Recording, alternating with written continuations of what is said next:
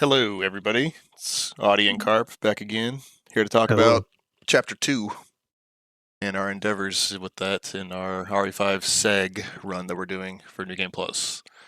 So here's a video real quick showing what we have for our times for Chapter 2. So that's 2-1, 2-2, and 2-3, and then we show kind of like the leaderboard as well. But it took us, I don't know, how many months total for these? A while. Like 2? Chapter 2, I think, certainly took longer than Chapter 1.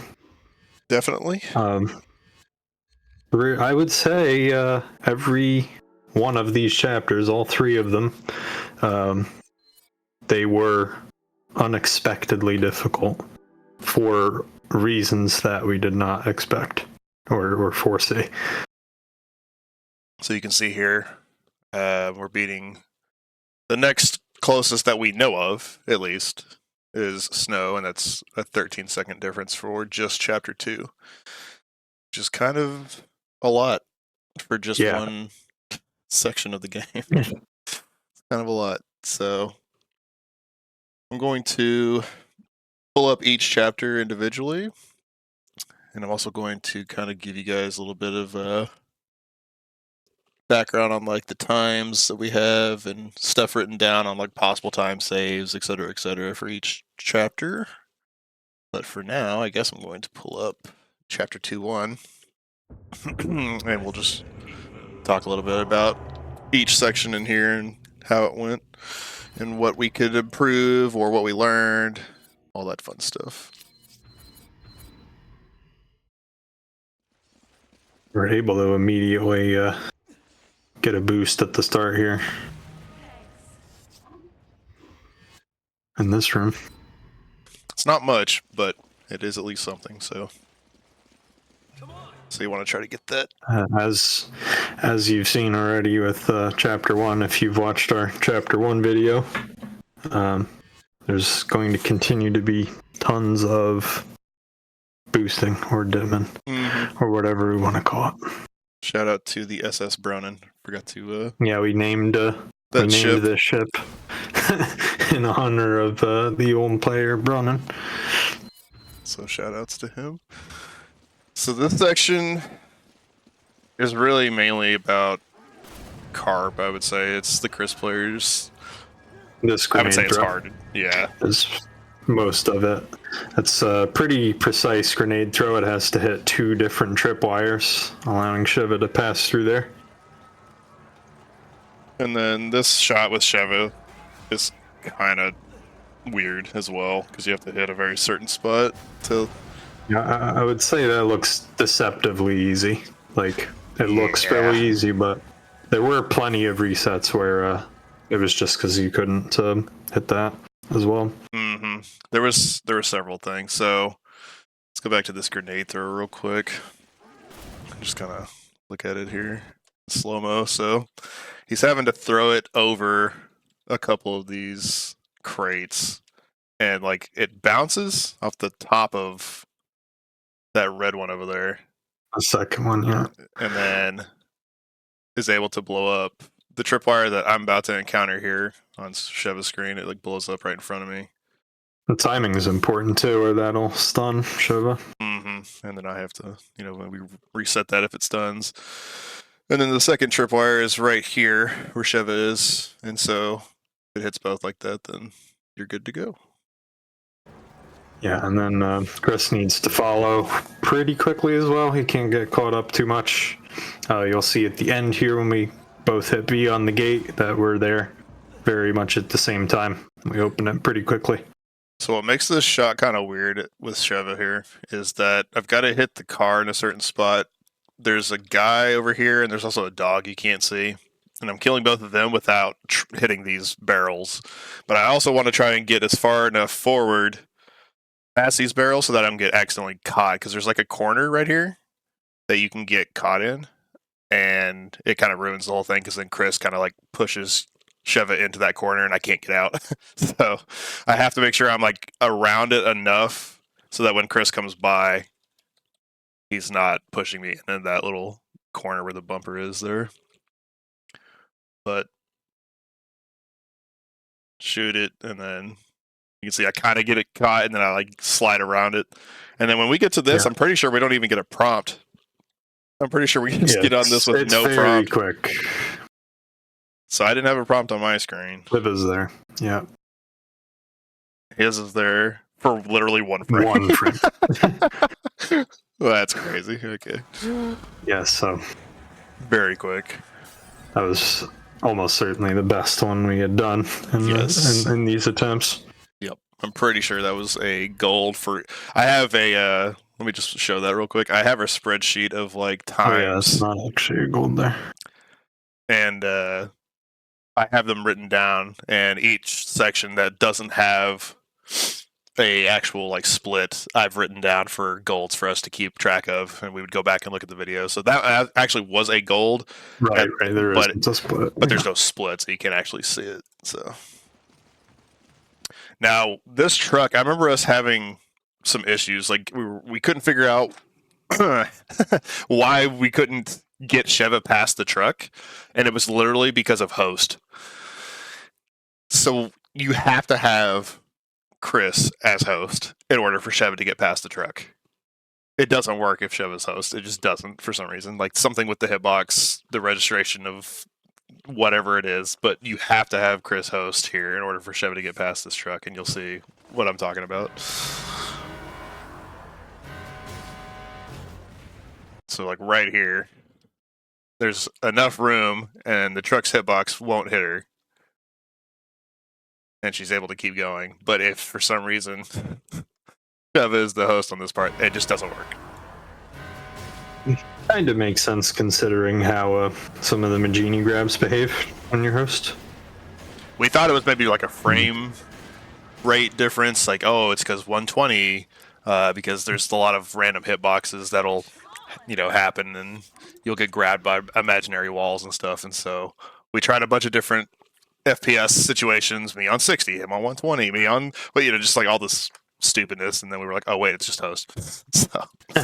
So that was fun to figure out. So this part we switched to 60. You can see up the tops here, we've got 60 FPS, and that's for 2 reasons. One is to get past these dogs easier, because once again, 120 makes it really weird to get past them. And 2 is so that we can keep our tandem dipman or boost, whatever, more easily together, because if you're on 120, the hitboxes just become real jank with all the dogs in there. And so we just decided to switch it to 60. Basically. And then the other reason was because there's a door at the end of this, and so in order to get past that door, like being able to get kicked through it, we needed to be on 60. At least Sheva did, and so we just came to the conclusion like it's going to be better if we're both on 60 instead of trying to do like a 120-60 situation, and it's all jank. Yeah. So we just that's where we had trouble with the boost, because I was getting pushed by dogs more easily than he was, so we just couldn't keep the boost going that way. But this way it worked out very well. So we were able to keep our tandem dipman until the door, and then he was able to kick me through. And as you can see, it's a gold up here for the overall chapter. But every single section besides that dog section was a gold, I'm pretty sure. Like everything was a gold in that entire section. Yeah. So here we switch back. He switches to 120. I stay on 60 for this whole long section. In this section, there's gonna be a lot to talk about in this section. Yeah. This first part's nothing to go through, but we'll have to definitely pause and talk about a lot here. So we're obviously doing the tandem dipman right from the get-go. You can see Carp with Chris takes a very weird pattern. Like he cuts very sharp to the right to get in there. And then kicks me through. Since I'm on 60, I'm able to get through there. And this section... This is where it really begins. Out of the entire Chapter 2, this is by far the hardest part out of any of them. Like, I would say this is the hardest section, actually probably out of anything we've done so far. Chapter 1, and 1, 2 included, So this rocket shot is the trouble. Spent a lot of time trying to figure out this rocket. There's a very peculiar spot you have to shoot it, to shoot the key down from the body on the inside of the building. There's a spot you can shoot the rocket. There's a bit of strange geometry on the roof, and you can actually even notice this geometry if you get up close to the building and look at it. You can't really tell from here, but if you can shoot this rocket in such a way where it's able to actually just phase through this bit of strange geometry, and it explodes inside the building to knock down that key.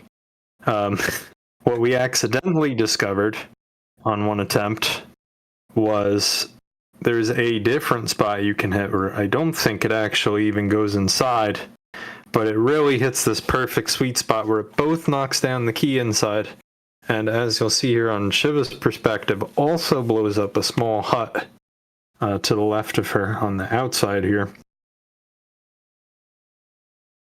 And we had a really hard time replicating that, but eventually we just ended out getting that again on this attempt.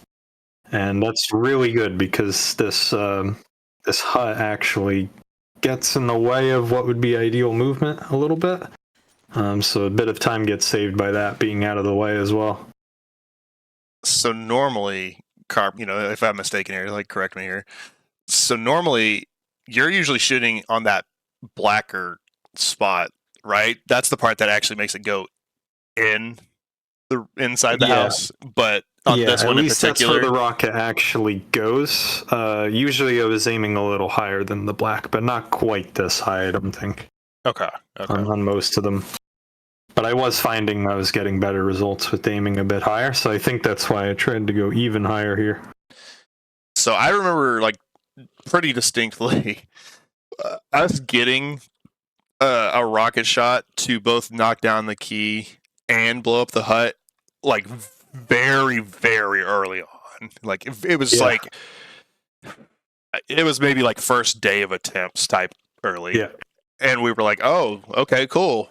That's the best option because that clears the pathway for me, and et cetera, et cetera. And literally, we never got it again until this attempt. Yeah, there was a lot of experimenting with that rocket. It was kind of incredible. Like, we were trying everything you could think of, like shooting it everywhere. Yeah. And it just would not work. And for some reason, it just worked on this one, and we were like, oh, cool. Yeah, I was reaching a point where I had it figured out a lot better, and I was way more consistently getting it inside the building, which was good. But then on this one, I guess whatever I had changed in the way I was doing it made it much easier to get it this way. And that was exactly what we wanted in the first place. You can see our total playtime right here was almost 9 hours at this point, and it's like a lot of our resets were this. Lots of it was this. there was a lot with the grenade throw early in the beginning. Eventually I mastered that and it wasn't too much trouble, but there were a lot of things that took a lot of work to iron out to figure out how to do consistently. So what makes this section so hard is that it's so long and there's no checkpoint. It is literally a point of no return. Once you grab this key, there technically is a checkpoint, but if you reset here, you both start inside of this building, and it's like, okay, well, that's a huge time loss. So it sucks because if you mess up the section after this, after getting this key, it's just over, and you just have to reset, and it's like, okay, cool, thanks. Yeah, and the section after this was problematic, and this was one of the things I alluded to earlier that was really an unforeseen factor. That was hugely responsible for why this chapter was difficult.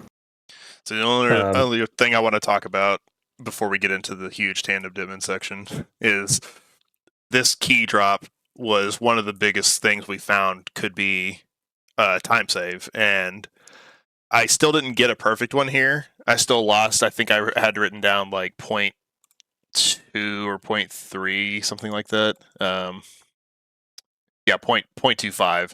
I lost 0.25 just grabbing the key, but it's also hard because that door might shut on Sheva. So you kind of have to just be, I don't know, it's weird. So you'll see, I thought I was ran in enough, but then I have to move like one more step and then it gives it to me. But that's the only part that was really bad in this spot.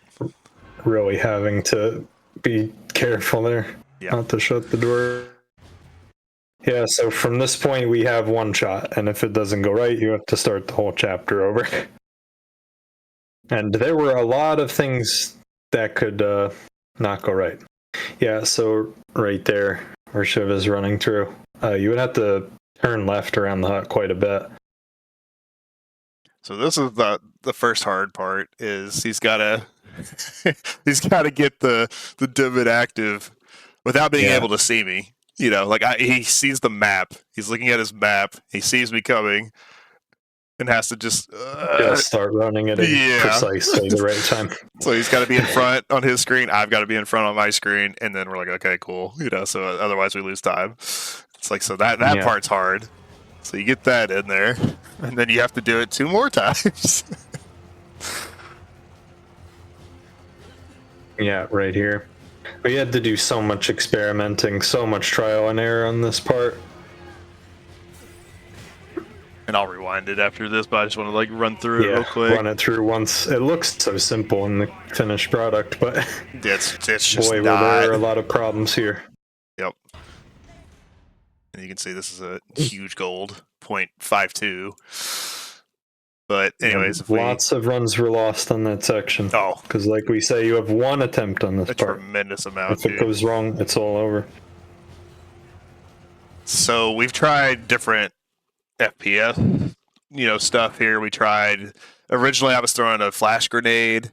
We looked at like the grenade launcher. We were just trying to think of different ways, and we were like, okay, can we just run through it without getting hit and just like go and like not have to wait or stop or do any kind of shooting at all? Just go through. And the answer was no, because it was like I think we got it once or twice.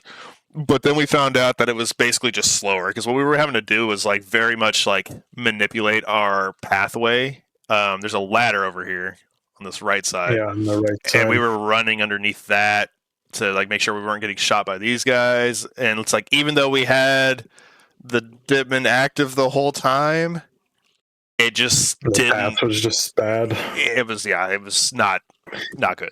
Wasn't worth it. So we ended up finding the best thing to do is just do a really quick shot on this guy to make him fall down. And it's like, if you hit his leg and he didn't fall down, it's like, crap, But if he does, then you're like, all right, sweet. So that's what this was. It was just me like shooting really quick. And luckily he went down. And now, Chris is ahead, so he's gotta like do a little stutter right there and make sure he gets back in front. We dodged the arrows. And it was very important to shoot that guy because we just found that with him in the way, there was no good path to take where he wouldn't either block someone, or it was just a bad path where we were in a position that we were getting shot by an arrow. But without him in the way, it was the perfect path for that to work. So now I'm ahead on both of our screens, so I have to be the one to like manipulate, wait for a moment, and get back in there. So I wait, and it's just enough for, you can see we're struggling like up against each other here. Terrible. And then I get in front right there, and he's in front on his. And because of that, we're able to get the huge time save because of all the boosts that we get. And the other problem when we were trying the pass motion here, just so you can see the entire thing, it's rough.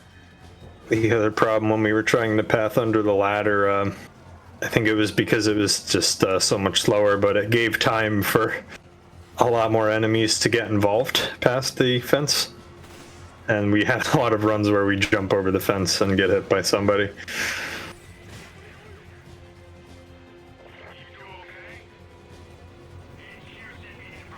Tons of trial and error to finally figure out this system. And even once we figured out the system, it still took a little bit to get one that clean.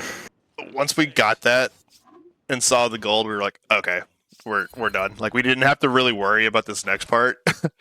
We were just like, oh yeah, like it's over. The run's over. We got the time we wanted. It was over. Like, this last section was a formality because there's nothing to trip us up really. So we're both back on 120 FPS at this point. We activate the dip in here, which map was kind of weird too. Perceptively difficult. one here, yeah. I had to do like a very weird serpentine movement here. Like I have to go really far right, and then cut back in like that. It's really strange. But we keep this active for as long as possible. Trying to fight to stay in front the whole time here, and then this is where we stop. Yeah, I had to look down. The refrigerator. I can't see anything on my screen unless I look down. And then this door right here is crazy. This door was problematic. Let's just play it in fast motion just so you can see how fast Carp does this, and then we'll talk about it.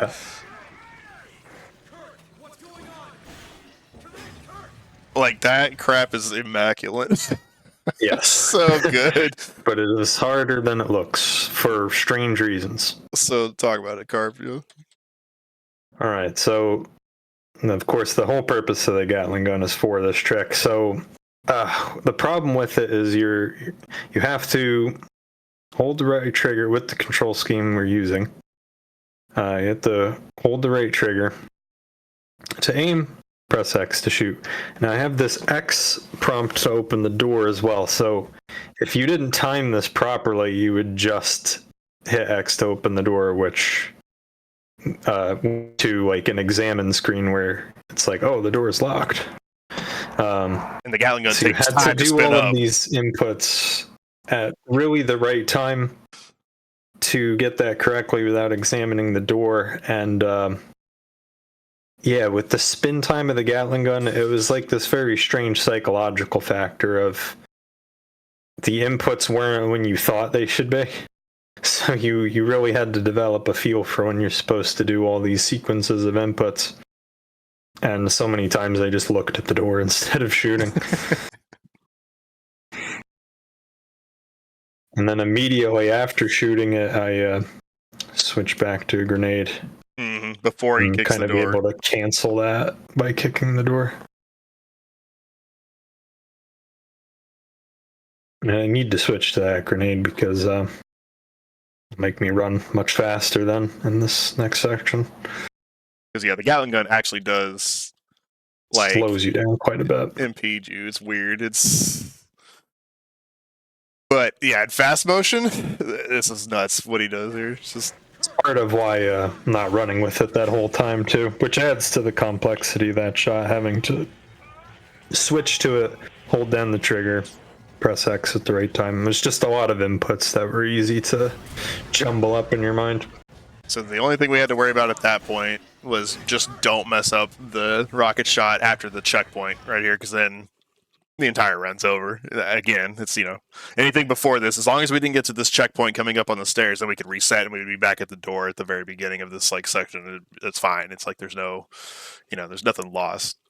But we were trying to figure out, because we've seen different videos, of different runners, different co-op teams doing different things, like, oh, this person shoots, or they make Chris do it, make Sheva do it, and it's just like a whole bunch of different trial and error on that part too, to figure out, okay, who needs to actually be like doing this and which is faster. And we came to the conclusion, and after timing it, that it was better for me to shoot because I was way far ahead instead of the other way around, which we've seen people do. It's like, Chris will shoot from way back there and have Sheva just run to the door, and Chris picks up the necklace instead. It's just like, and we were like, okay, we got to figure it out. Yeah. So we did a lot of different tests, and we figured out this was actually the fastest way to do it. The problem with Chris shooting was Sheva has to wait, or she'll get stunned by that explosion. Exactly. So it was much better this way. Chris can just run the whole time.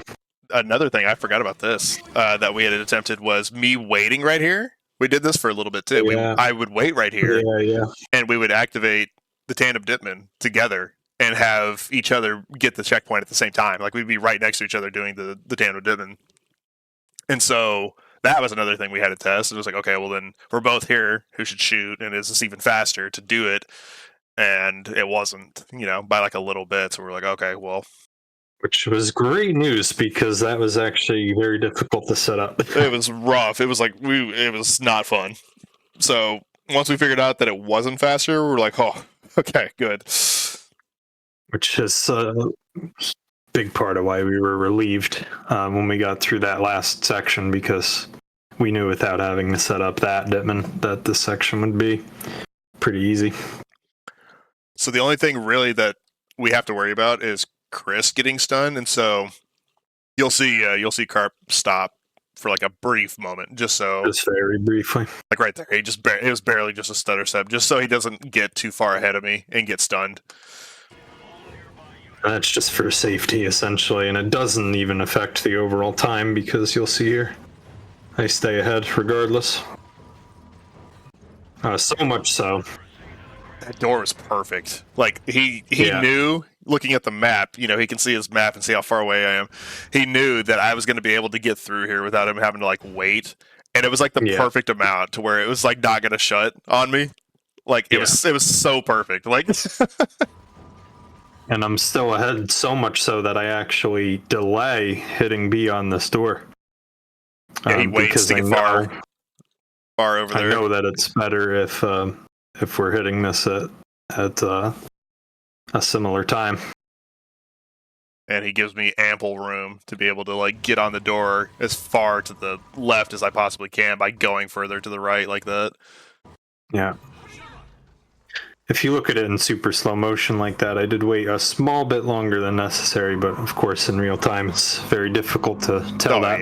Yeah, but I did want to. But the thing I was trying to make sure of was that I was the one hitting B second. We've discussed this in a previous video, but yeah, we want host being the one to get on it second. It will acknowledge the load much faster that way. Yep. In this next section, the only thing we have to do is just activate another Ditman and do the QTEs. So I do a little quick turn. He just runs. We activate it, get to the door. That's it. And we get a gold on this part too. So we literally get a gold on the entire the entire chapter, like just all the way through. Like there was a couple sections in between there that don't have splits that weren't, you know, golds, but overall it was huge. And that ended up beating the previous world record by 5 seconds. It was a 3:27. So now this is huge. We haven't had any chapters like this in chapter 1 up to this point, but this is one of the very few chapters that we suspect it might be possible to actually get another second of IGT off if you were to TAS this chapter. Because as we discussed with the picking up the key, that was one of the major things that we were like, oh yeah, probably a little more time can be saved there. And as you can see, this is a very low 322. So it might actually be possible to get a 21 with a TAS, and theoretically even manually, but it would be outrageously difficult. Yeah, it would be really hard. But yeah, that's that. So we'll move on to 2-2 now. And this one, we actually reset the most at the beginning of this chapter. It was just the first part that was diabolical. A huge amount. And this is another thing that was not on our radar at all to be difficult. But we quickly realized it was very difficult. There were so many resets. Even though this this section looks very unremarkable and uninteresting in terms of what we have to do, there still are just a lot of things that can lose you time. So even though it's not very interesting execution, it is still a lot of execution that has to be done very well. Mainly these boxes. That's of these climb ups have to happen very quickly. So if we watch Chris's screen here, for some reason, man, like this first box was always the weird one. It seemed like, you know, that was the make or break one, kind of. It's a very peculiar box. You actually can get warped to different places depending at what angle you climb up, how early you climb up. And you can actually get warped too much to the left side when you climb up, and that's not good because then you have to run further to the right to even have an X prompt to climb up the second one. So you really have to hit a sweet spot here. I will say that there's an out of bounds on this area over on the right, but it doesn't work on Steam. I even confirmed that with Snow. I was like, "Hey, does this work?" Because we tried it a lot and it didn't, and he was like, "Nah." So I was like, "Okay." So I know it works on Xbox 360, but if you're wondering why we didn't do it, it's just like it just doesn't work, you know. So we have to do this instead, and But I have to climb up a lot of things. yeah, and then I have to make some really stupid shots, and And none I of it have is to do fun. that quick turn into the fast climb up. And a jump over here. He has to make difficult shots. Have to jump down quickly. He has to jump down quickly.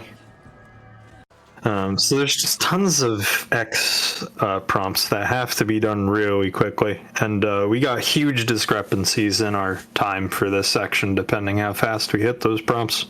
Yeah, there was literally a difference of like 0.3 seconds, depending on how fast or slow we did the jump downs, jump ups, jump overs, whatever. Like all those X prompts literally cost 0.3 seconds.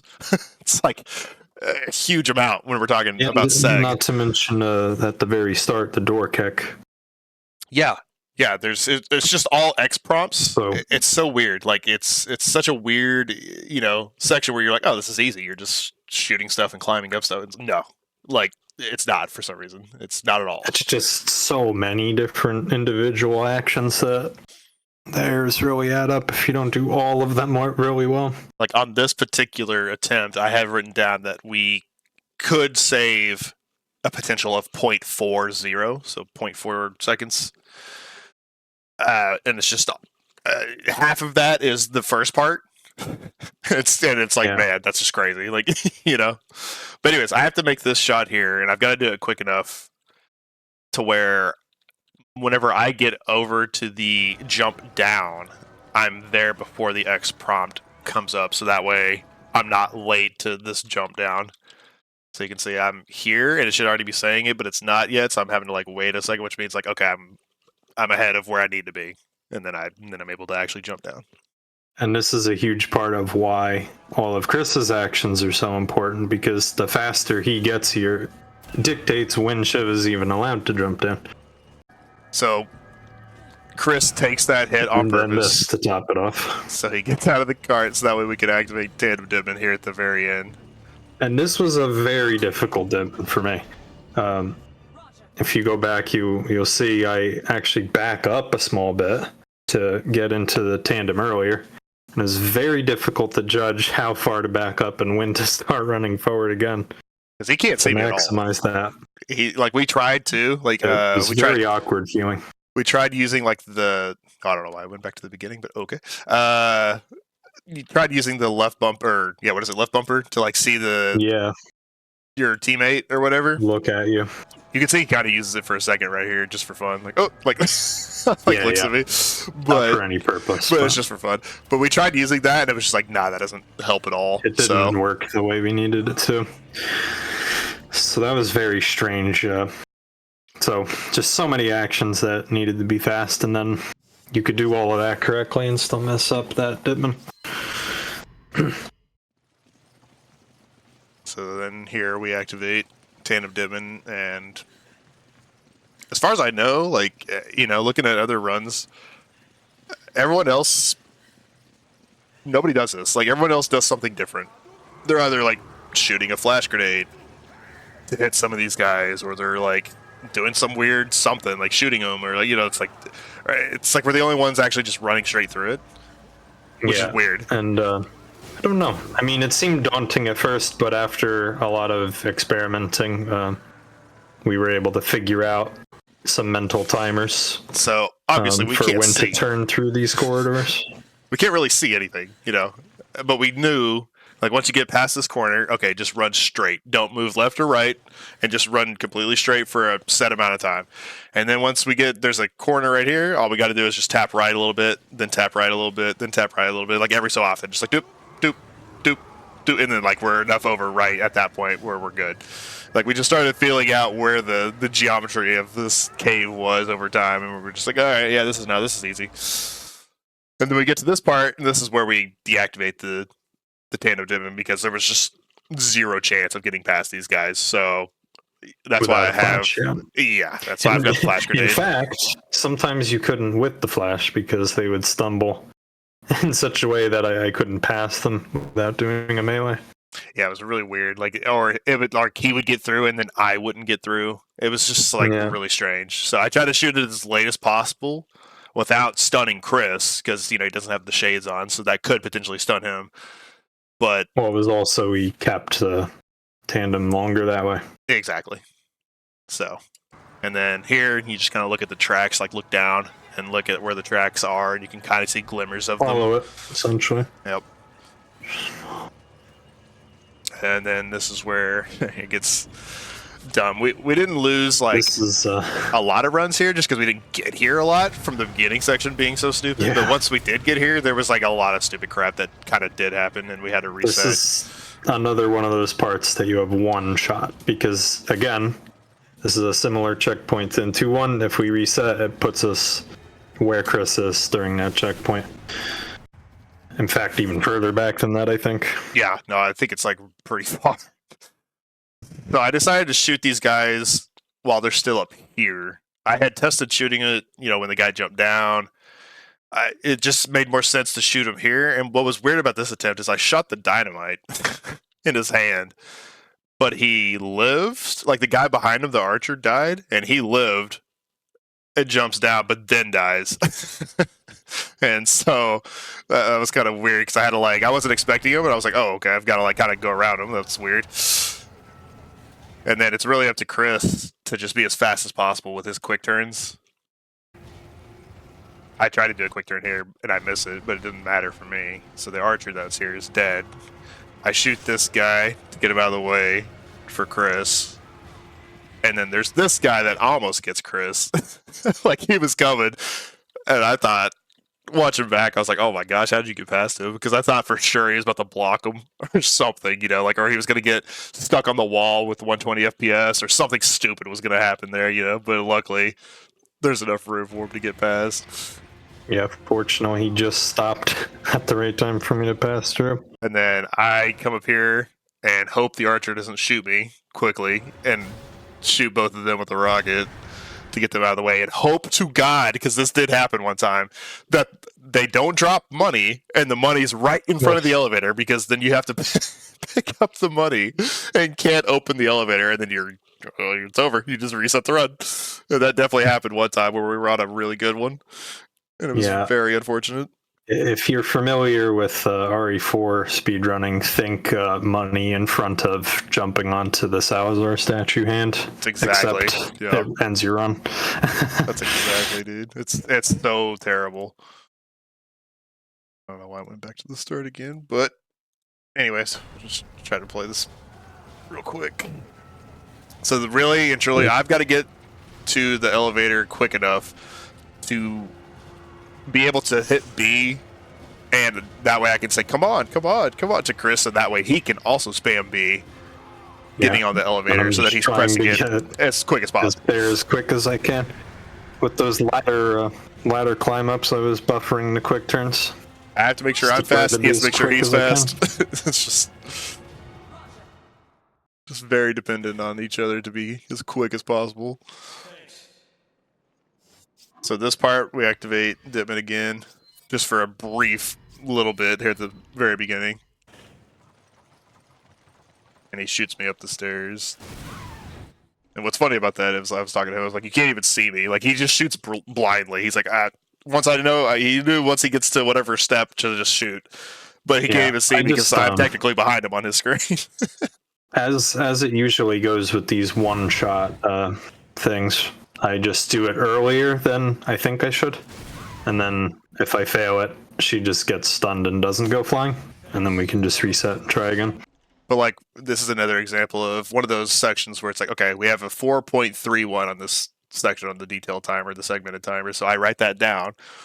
And even though it's not a split, quote unquote, I still have that written down right here, our goal time, our best ever was a 4.31. Before that, it was a 3.4.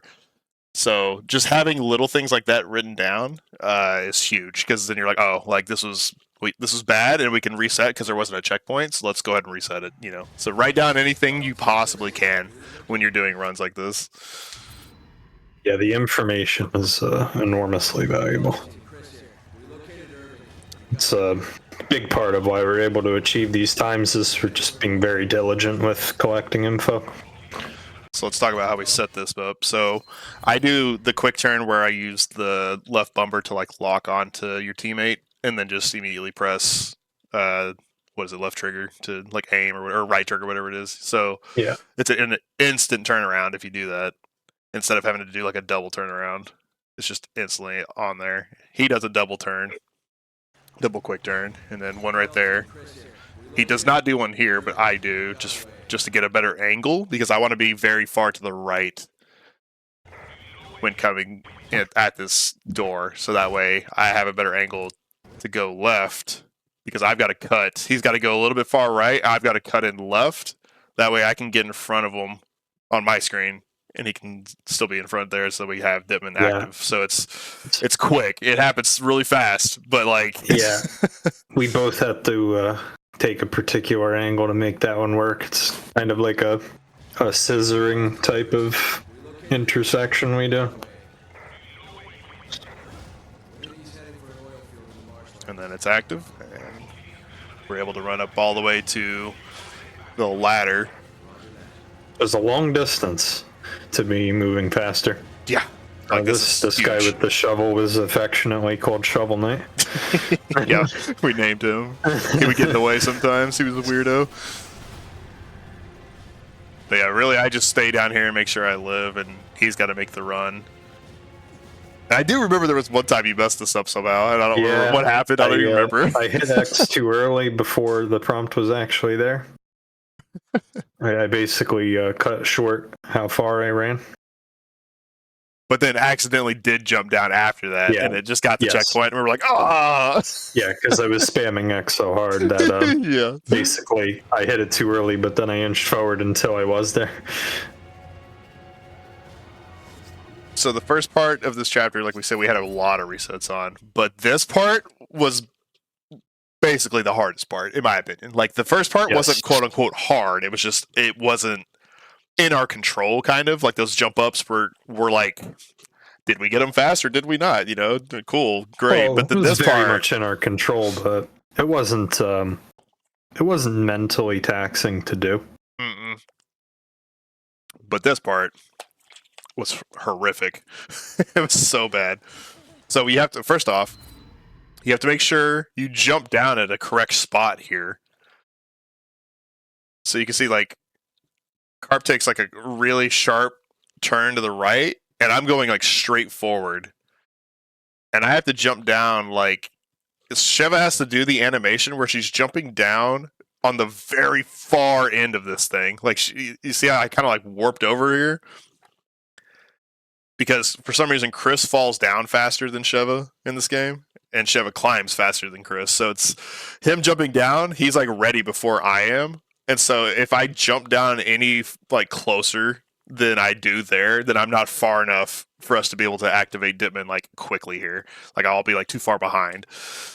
So I don't know the exact science to this, but that's just what we did. So we just need to both have a good position, and that's what we needed to do.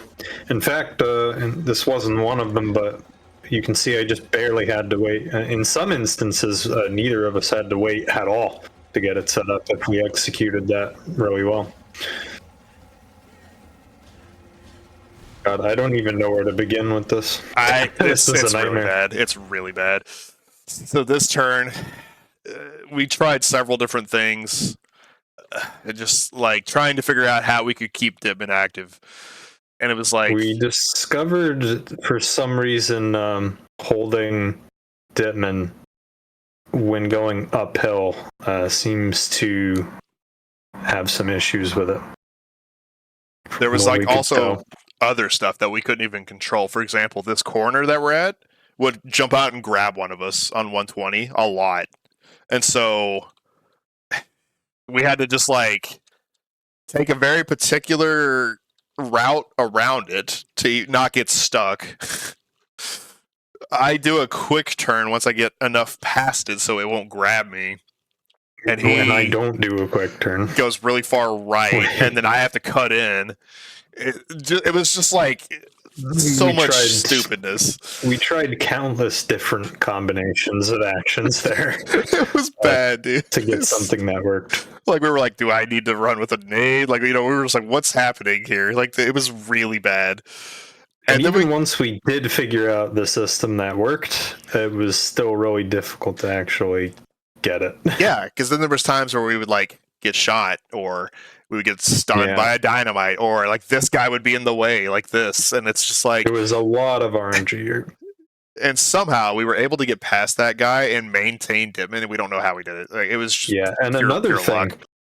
Another thing, after that point, for some reason, we had many runs where we would lose Dittman there, even though no one interfered, and it didn't look like there was any reason we should lose it. But I would just slip out for some reason. I would teleport behind Sheva on my screen. Yeah, it was mainly Chris. We have no idea. We actually have never figured out why that happens, but on this one it did, unfortunately.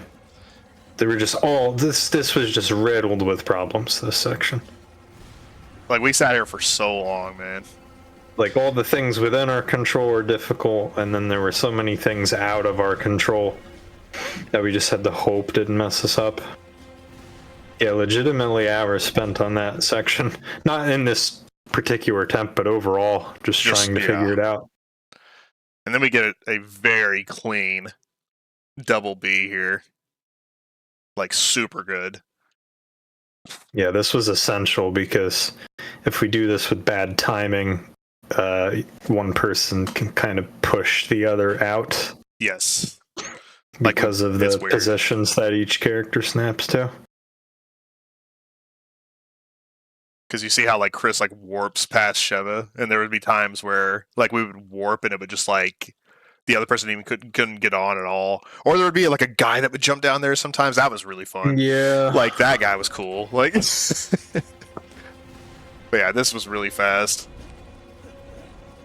And unfortunately, we can't get the 3 push like you can on Xbox One there. But Carp does a really fast quick turn here, and I do a really fast quick turn shoot. So you see he's already, like, turning that direction. Yeah, he had it, like, buffered.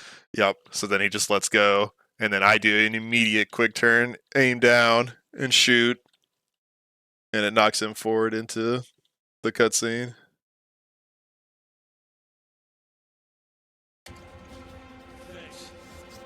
Into the checkpoint, not the cutscene, my bad.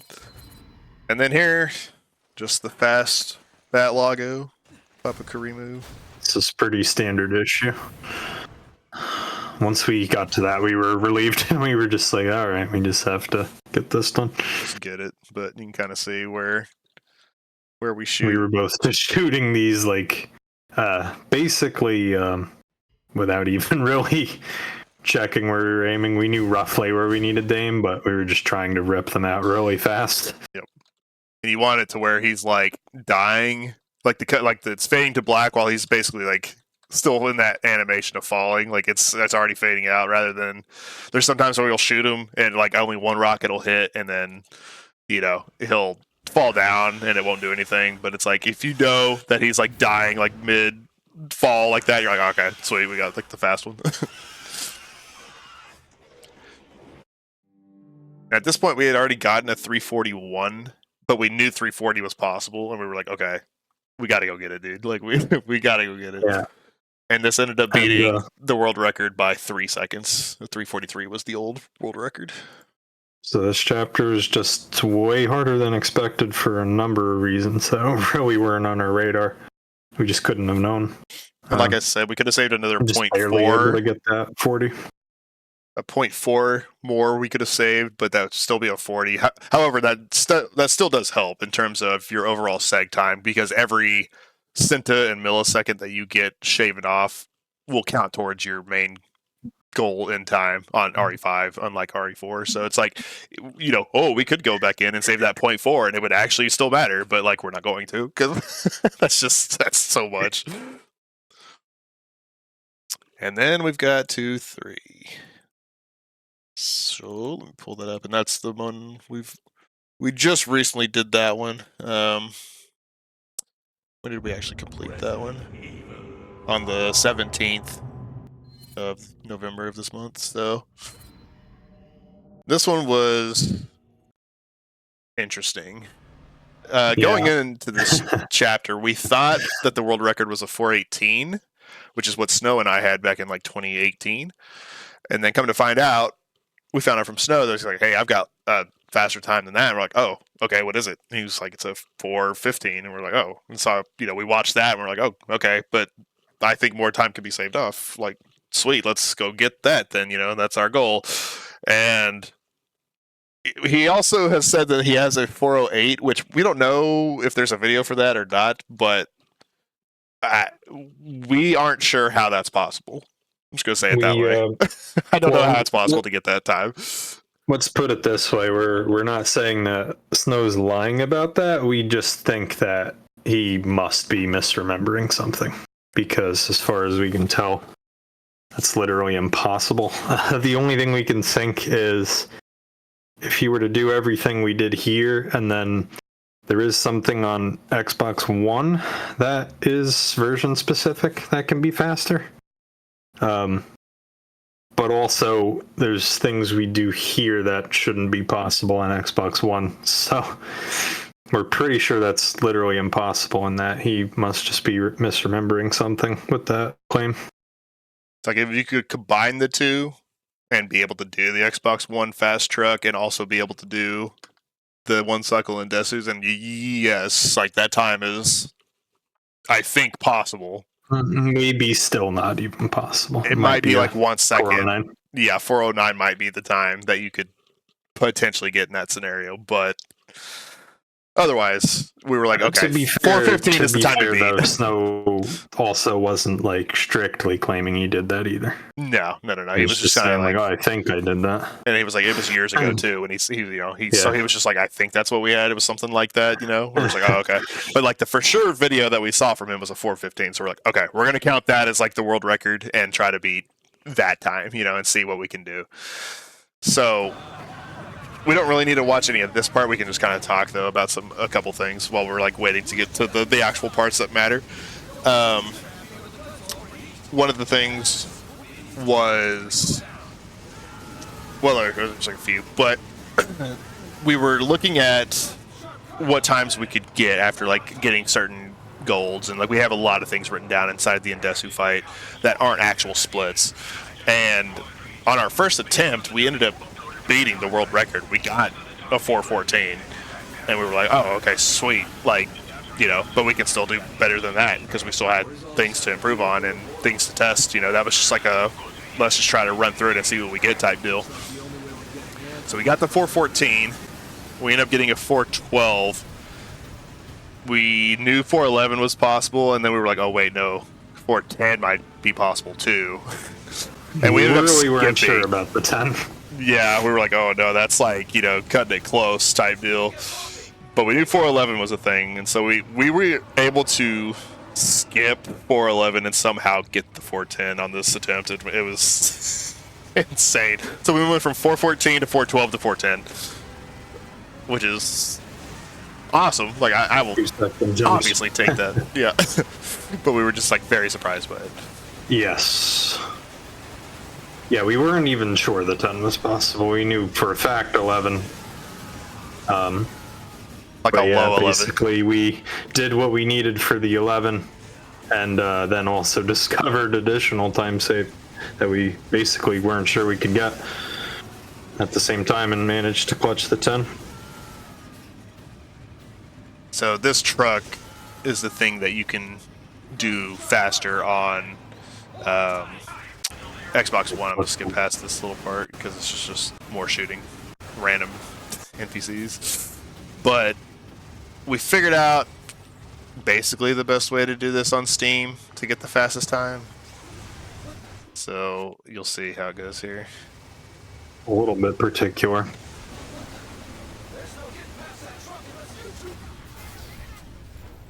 So that was a gold time that we got, the 252.15. Before that, it was like a 0.23, I think, something like that. Yeah. But like on Xbox One, you can shoot a couple of these barrels. Like as you can see, there's multiple barrels here. There's one over here, one in the truck, one in front of the truck behind this guy, one behind the truck. And it's like if you shoot the one behind here and like shoot this one, and I don't know, it's some weird particular like order or something. But basically the truck kind of insta blows up.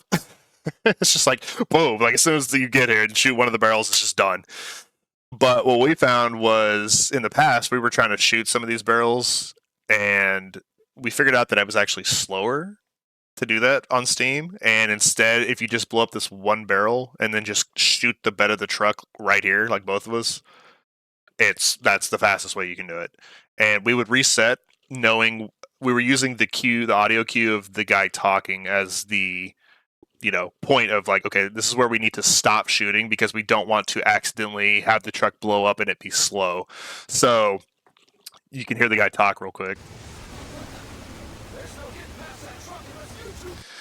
So right when he says unless, at the end of the word unless, we let go of the triggers to stop shooting or like hold down X, whatever.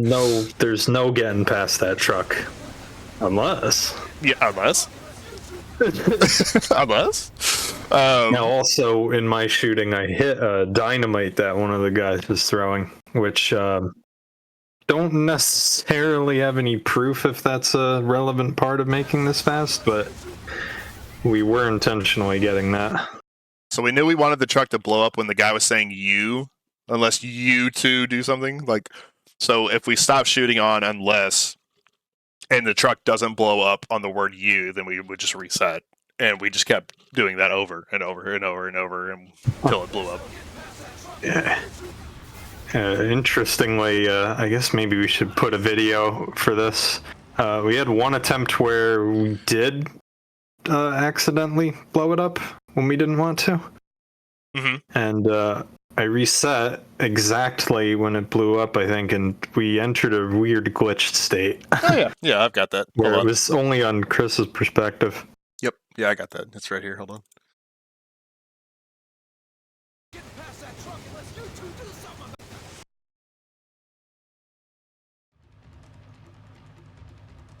Yeah, so the truck's not there. Okay, so yeah, it's Yeah. right. It's right. It's on this Yeah. attempt. Yeah. Yeah.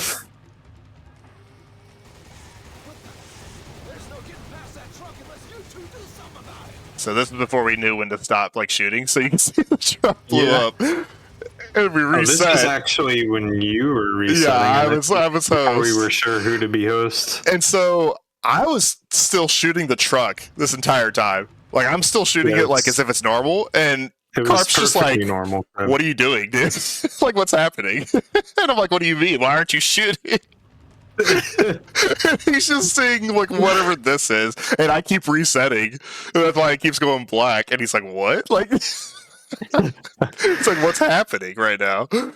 So, I mean, if there's any glitch hunters out there who want to experiment with that, there like, you go. Yeah. Like the truck's just not there, and it's all like the sunset, as if it's like the next section, because it's all like a different sunset whenever you get to that second part of the truck. But yeah, you can see we literally reset. Amusing part is just for some reason two very specific Magini still being there. Yeah. It's very strange. So it's like his last like bullet on the truck is what like triggers it to blow up or something. Like right here. And I'm resetting right when it's blowing up, and then it's just like oh, what's happening? The game doesn't know what to do. Extremely strange.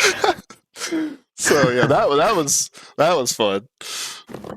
But now we'll go back to where we were, where we actually blew up the truck.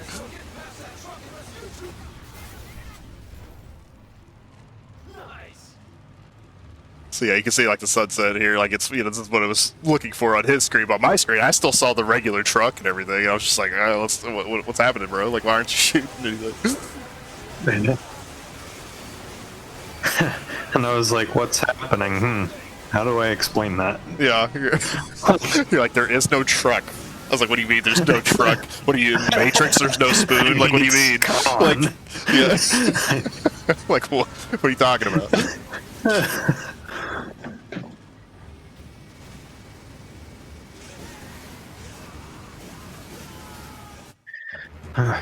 can see this was a gold by like just a small amount, 0.03. And this is where we spent hours, naturally.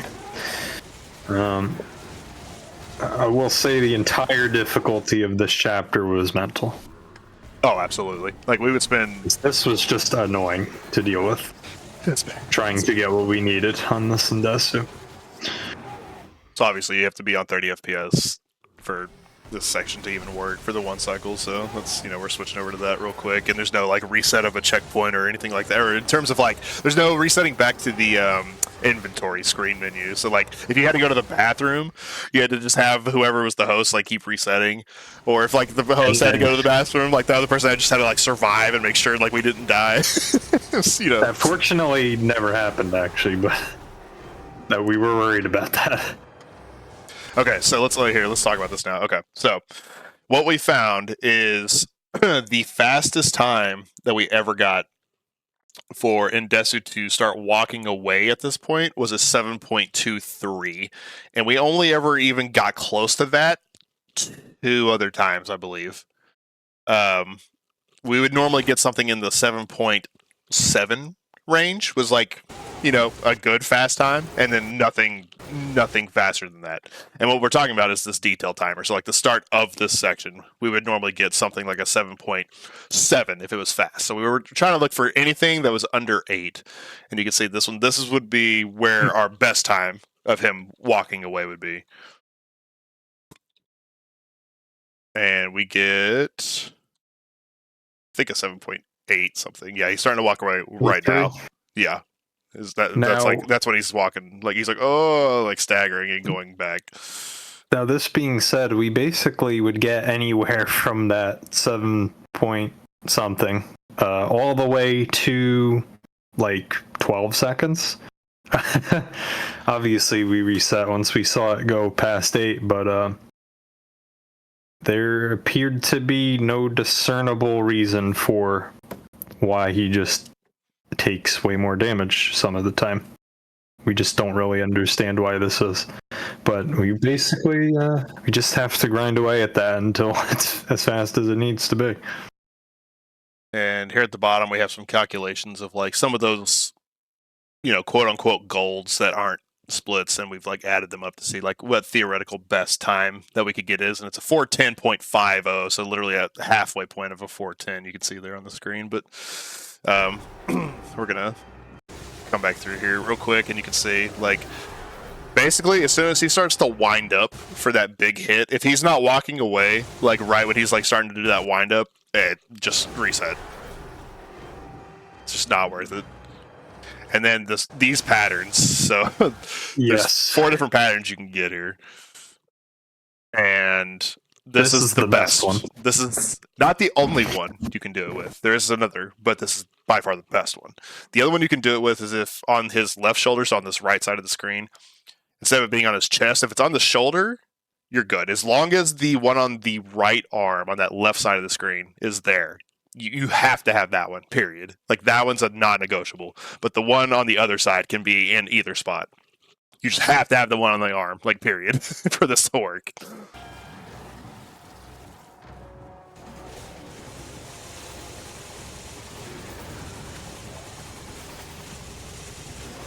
Okay, so let's talk about that.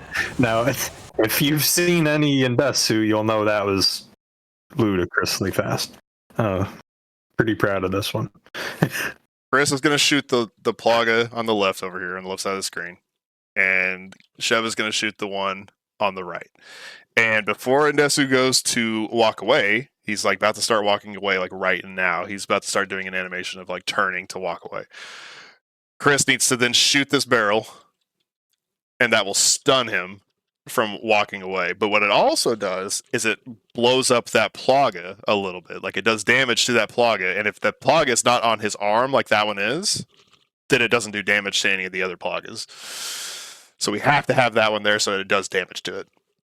He then immediately switches over to start shooting the one that Sheva is shooting, and I just shoot that one the entire time.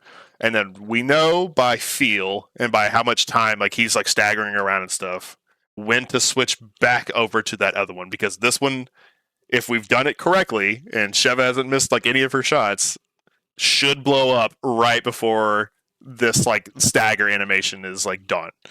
And so we both know, like, okay, it's basically over. We need to switch, and we both switched like perfectly in sync. Like I don't know how we did so perfectly, but literally like our last few bullets are still in the air, and they blow up that plaga as we're moving over.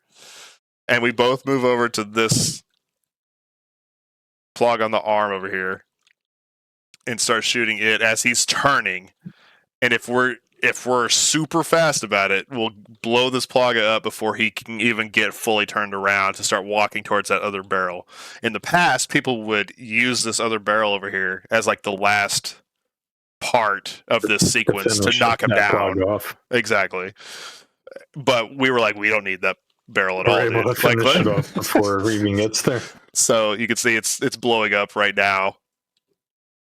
It was on host screen first, obviously, and then it's happening on mine, and we were like, holy crap, because like we're looking at the timer, and we knew that we needed like a 54 something in order to get the time we wanted, which was a 4:11, and we end up getting like a super crazy 54. Yeah, 0.62. We were like, wait a second, like, because we were looking for like a 54.8, 9, any 54, like a high one, and we were like, wait, a 0.6, like, what are you talking about? Right? So, and then we just have to make sure we don't miss too many shots and get the one cycle to happen. Just there was. And I do miss a few shots there, but that almost always happens on Chris. Yeah. Because you don't have a chance to move over that quickly. With Sheva's, her gun takes a second to ramp up to even start shooting, so I have time to move over and be on the plaga before my first shots even happen. But with his, he's immediately able to shoot, so he's got to be like, oh crap, and like move over as quick as possible.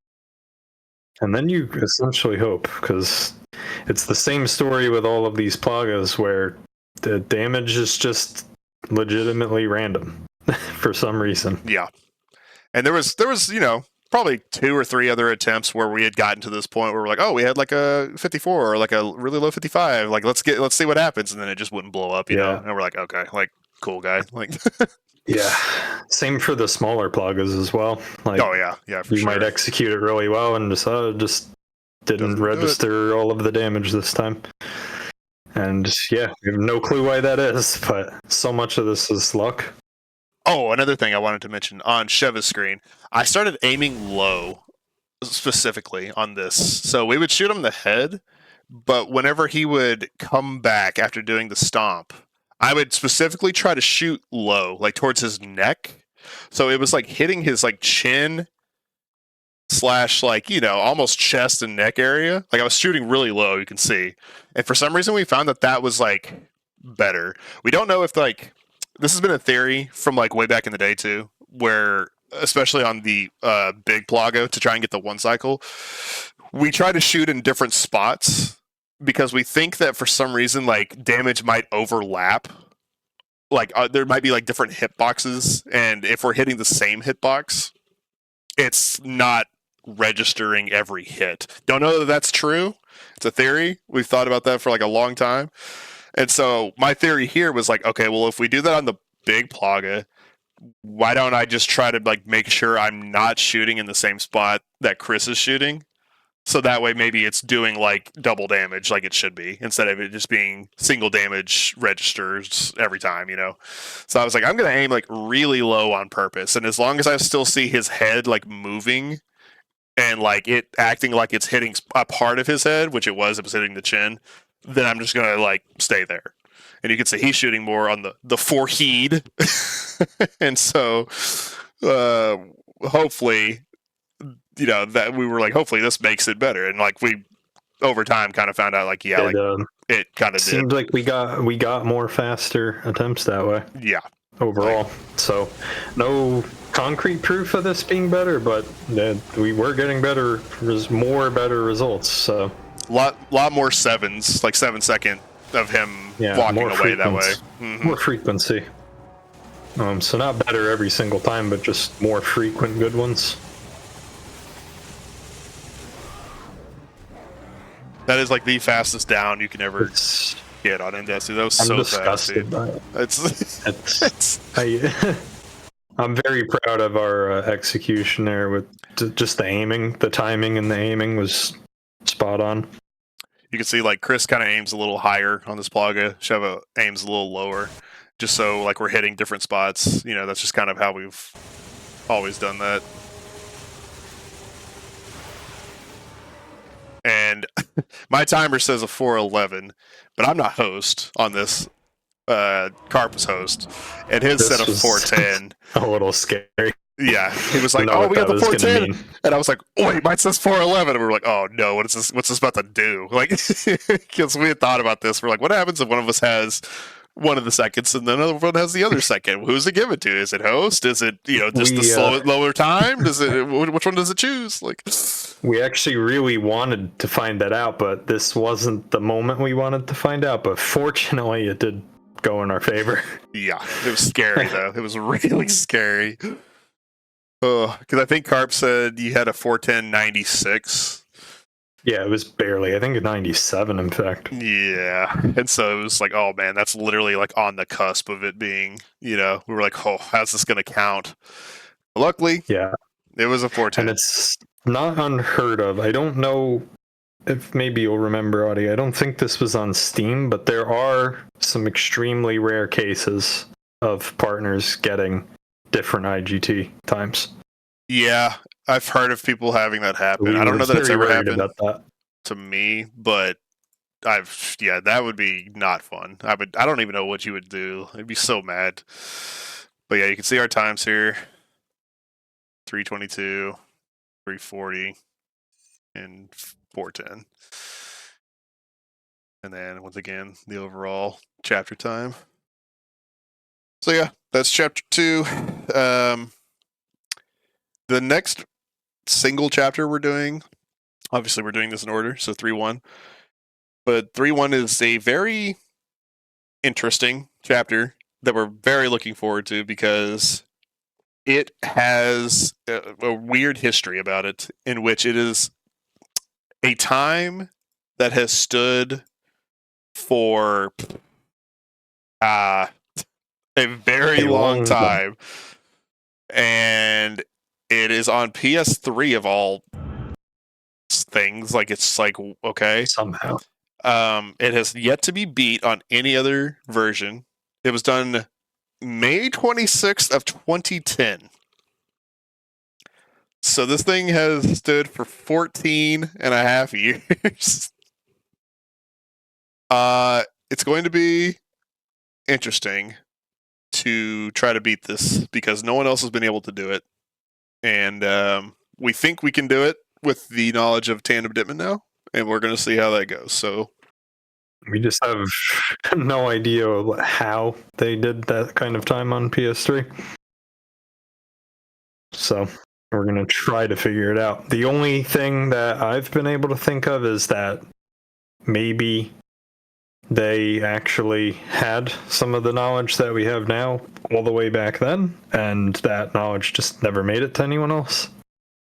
Could be, man. I have no idea. That's the only possibility I could even think, and I would find that hard to believe.